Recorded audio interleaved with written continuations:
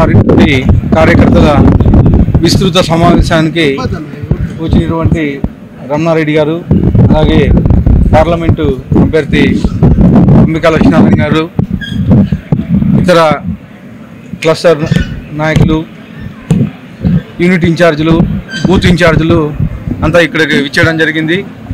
మేము వచ్చే నెల 13వ తేదీ ఎన్నికలు ఎలా జరుపుకోవాలి,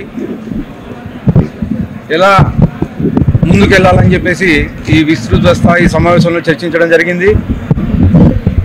దానిలో భాగంగా ఈరోజు ఇక్కడ అనంతపురం నియోజకవర్గంలో ఈ కార్యక్రమం ఏర్పాటు చేయడం జరిగింది.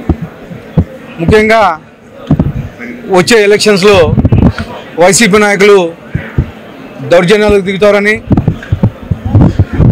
ఇంకా ఇతర కార్యక్రమాలు చేపడతారని చెప్పేసి బయటకు చెప్తా ఉన్నారు. అది ఖచ్చితంగా మేము జరగనీయకుండా అడ్డుకొని సవ్యంగా ఎలక్షన్ జరపాలని చెప్పేసి మేము ఇక్కడ ఎలక్షన్ కమిషన్ని కోరడం జరుగుతూ ఉంది. అలాగే ఇక్కడ ఉండే సమస్యలు, అనంతపురంలో ఉండే సమస్యలు చాలా ఉన్నాయి. ముఖ్యంగా భూగర్భ డ్రైనేజ్ సమస్య, అలాగే dump yard shifting, water problem ఉంది. అలాగే ఔటర్ రింగ్ రోడ్డు, ట్రాఫిక్ సమస్య చాలా ఉంది.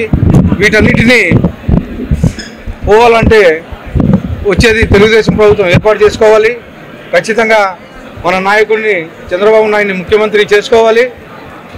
ఇక్కడ అనంతపురంలో ఎమ్మెల్యే ఎంపీని గెలిపించుకోవాలి. అనంతపురం ఒక్కటే కాదు, మొత్తం రాష్ట్రం అంతా తెలుగుదేశం గెలిపించుకోవాలని చెప్పేసి ప్రతి కార్యకర్తకి మీ మీడియా ద్వారా తెలియజేస్తున్నాను.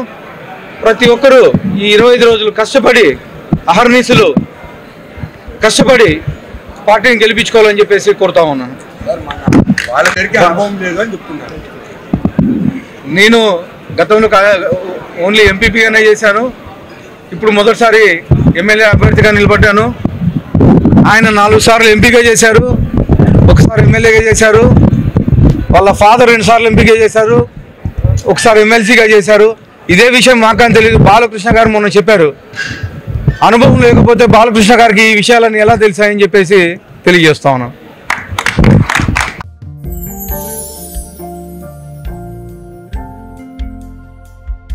లవ్, ఈ అందమైన 4 అక్షరాల బారిన పడని మనిషి ఉండరు, మనసు ఉండదు. ఈ లవ్ కొంతమంది జీవితానికి సరిపడా మధురమైన అనుభూతులను అందిస్తే, మరికొంతమందికి జీవితాంతం వెంటాడే చేదు జ్ఞాపకాలను మిగిల్స్తుంది. లైలా మజ్ను, పార్వతీ దేవదాస్, ఈ 2 కథల్లో మజ్ను లైలా ప్రేమ కోసం ఎంత పరితపించాడో విన్నాం. దేవదాస్ పార్వతి ప్రేమ కోసం ఎంత పిచ్చోడయ్యాడో చూసాం. కానీ లైలా మజ్ను ప్రేమ కోసం ఎంత ఆరాటపడిందో మనం ఆలోచించలేదు. దేవదాసు దూరమయ్యాక పార్వతి పరిస్థితి ఏంటో మనం అర్థం చేసుకోలేదు. ప్రేమ నుండి పెళ్లి వరకు వెళ్ళలేకపోయినా ఎంతో మంది అమ్మాయిల బ్రేకప్ స్టోరీస్ తో మీ లవ్ టుడే.